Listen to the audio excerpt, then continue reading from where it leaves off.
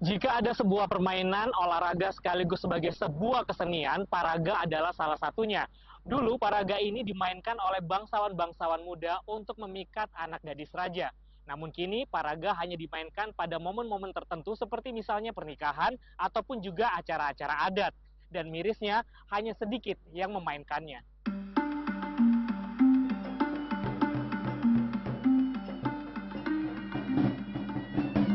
Saya sangat beruntung bertemu kawan-kawan sanggar seni tradisional Sepak Raga Sudiang Kota Makassar yang masih menjadikan paraga sebagai salah satu kesenian yang mereka pertahankan untuk dimainkan. Sanggar berdiri sejak tahun 1993 dan berubah menjadi komunitas resmi di tahun 2016. Didirikan Haji Alauddin, sanggar seni ini beranggotakan 30 orang yang terdaftar sebagai pelaku seni paraga dengan rata-rata usia yang relatif masih muda. Khusus laki-laki, tidak pernah saya lihat paraga perempuan. Karena kan sejarahnya paraga memang dimainkan oleh anak-anak Karaeng yang dulu pada zaman dulu kala itu memang yang bisa main itu cuma anak-anak Karaeng, lain daripada itu tidak boleh. Cuman karena sekarang karena pembudayaan, pengembangan tradisi, makanya semua anak-anak diajar. Seperti itu. Paraga atau dikenal sebagai sepak raga, kini hanya dimainkan sebagai kesenian unjuk kebolehan dan tidak untuk dipertandingkan. Menurut catatan sejarah Lontara, paraga diciptakan sebagai media pelantikan raja di Kerajaan Goa, Sulawesi Selatan. Kemudian berkembang menjadi ujuk kebolehan putra bangsawan untuk memikat hati anak gadis raja. Dimainkan secara beregu dengan jumlah minimal 6 orang, mereka membentuk berbagai formasi seperti menara yang bertumpuk sambil memantulkan bola rotan dengan kaki, tangan, bahkan kepala.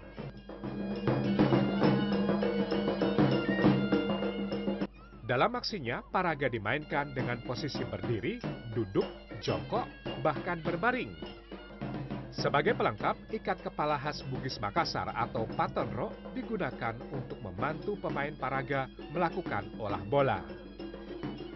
Tidak ketinggalan iringan tambuhan gendang, suara gong, dan alat musik pui-pui menambah esensi seni yang melekat erat.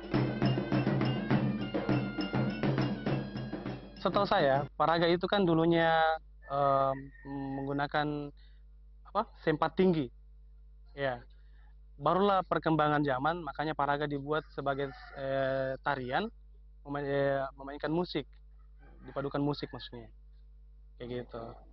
Pada saat dulu itu memang paraga dijadikan ajang untuk ketangkasan seorang laki-laki Bugis Makassar.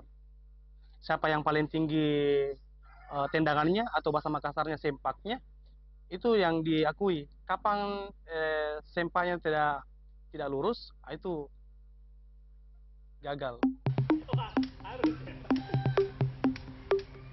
Revaldi, salah satu pemain paraga di sanggar ini, sudah berlatih seni sepak raga sejak di bangku sekolah dasar.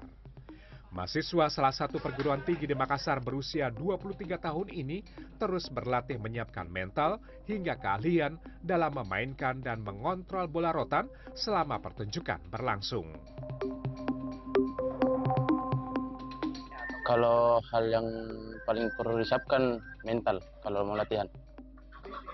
Sama kalau latihan yang paling harus dikuasai itu penguasaan bolanya pada saat di juggling.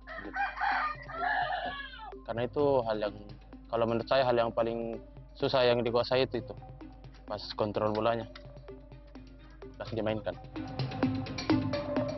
Keinginan Rivaldi sederhana. Ia berharap dengan ketekunannya mampu membawa seni paraga menjadi kesenian yang kembali dikenal luas hingga ke mancanegara. Itu tujuannya juga sama teman-teman. Kalau bisa ya berangkatlah naik pesawat apa segala macam. Belum pernah naik pesawat? Belum. Tapi semoga bisa berangkat juga bawa paraga naik pesawat.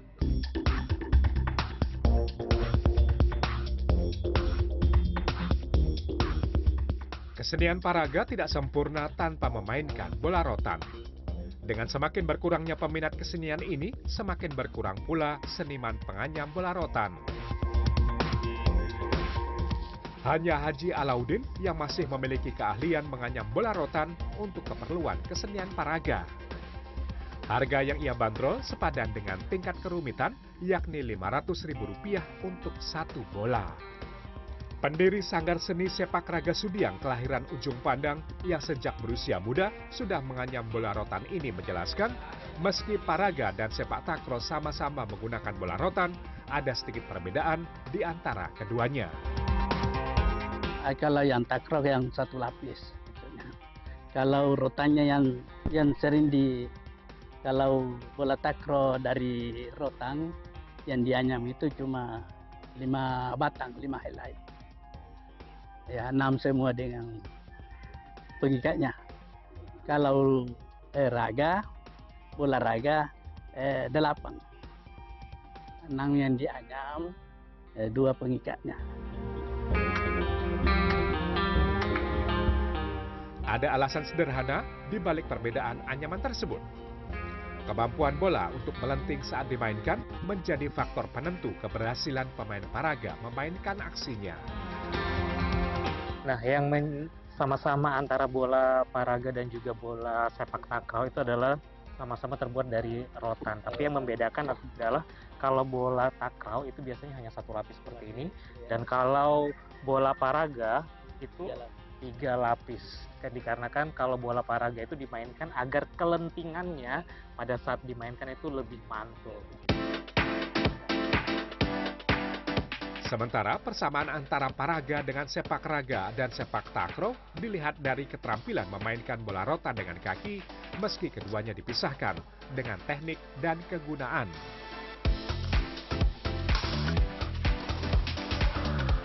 Antara sepak raga dengan sepak takraw kan dasarnya dari cabang olahraga sepak takraw itu adalah sepak raga. Jadi cuman perbedaannya kalau sepak raga itu kan memang betul-betul murni seni. Kalau di sepak takraw memang ada seninya, tetapi kebutuhan skill khusus yang bisa digunakan di lapangan. Kalau di sepak raga bisa menggunakan tangan, bisa menjepit bola, kemudian perkenannya bisa lebih dari 3 kali, kemudian bolanya bisa jatuh di tanah, di lantai, lalu kemudian mereka melakukan gerakan-gerakan senam, sehingga seolah-olah bola itu tidak sengaja dijatuhkan. Tetapi sepak takraw tidak. Tidak hanya sepak bola yang menjadi olahraga populer di bumi Sulawesi. Sepak takraw yang bahkan sudah dikenal sejak abad 15 di beberapa negara Asia Tenggara, termasuk Indonesia, juga cukup dikenal. Dibutuhkan fisik yang prima dan kemauan yang kuat untuk menekuninya. Pasalnya, beberapa gerakan untuk menjatuhkan bola di bidang lawan diperlukan kelenturan tubuh dengan teknik tendangan yang keras. Perpaduan teknik menendang bola, kelenturan tubuh, dan ketahanan di lapangan menjadi kunci para pemain di posisi tekong dan smash untuk meraih poin. Kalau dalam sepak takraw itu memang harus lentur, Kak. Dan kalau di posisi smash harus berani jatuh. Kemudian sebenarnya di pemula itu banyak yang takut di split sebenarnya. Soalnya kan sakit kan, Kak, kalau kelenturan tuh, kalau split. Peminat olahraga jenis ini cukup banyak. Meski perlu banyak perhatian dari berbagai pihak dari segi pembinaan dan pendanaan agar sepak takraw menjadi olahraga yang mampu mencetak prestasi di tanah Sulawesi. Nah, jika ada kesenian dan olahraga yang sama-sama memainkan si bola rotan, paraga dan takraw ibarat saudara kembar. Jika paraga merupakan seni tradisional, maka sepak takraw ini merupakan olahraga tradisional yang sudah dikenal sejak abad ke-15 di beberapa negara Asia Tenggara termasuk di Indonesia. Kalau di Sulawesi Selatan ini, khususnya di Makassar, paraga dan juga sepak takraw menjadi salah satu olahraga dan juga kesenian favorit yang secara linear dulu mereka menggunakan bola yang sama-sama terbuat dari rotan.